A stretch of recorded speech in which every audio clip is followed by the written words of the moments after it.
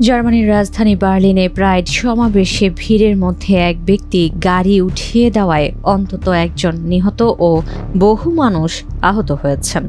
এ ঘটনার পর থেকে সন্দেহভাজন হামলাকারীকে ধরতে বড় ধরনের অভিযান শুরু করেছে পুলিশ।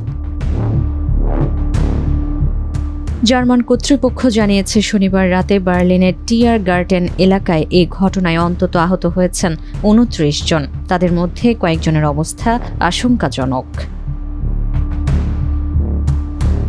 জার্মানির পুলিশ নিশ্চিত করেছে হামলাকারীকে এরই মধ্যে শনাক্ত করা হয়েছে। ২১ বছর বয়সী আব্দুল বালৌত নামের ওই তরুণ লেবানন বংশোদ্ভূত একজন জার্মান নাগরিক। পুলিশ জানায় তিনি উগ্রপন্থী ইসলামিক গোষ্ঠীর সঙ্গে যুক্ত ছিলেন বলে পাওয়া গেছে প্রাথমিক তথ্য।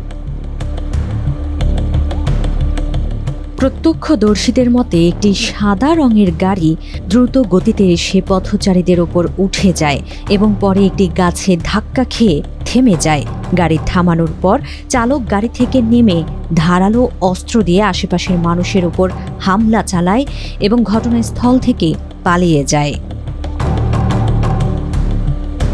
এ ঘটনার পর উৎসবমুখর পরিবেশ মুহূর্তেই আতঙ্ক আর বিশৃঙ্খলায় রূপ নেয়। ব্রান্ডেনবার্গ গেটের কাছে অনুষ্ঠিত মূল অনুষ্ঠানটি সঙ্গে সঙ্গেই বাতিল ঘোষণা করা হয় এবং সবাইকে নিরাপদ দূরত্বে সরে যাওয়ার নির্দেশ দেওয়া হয়।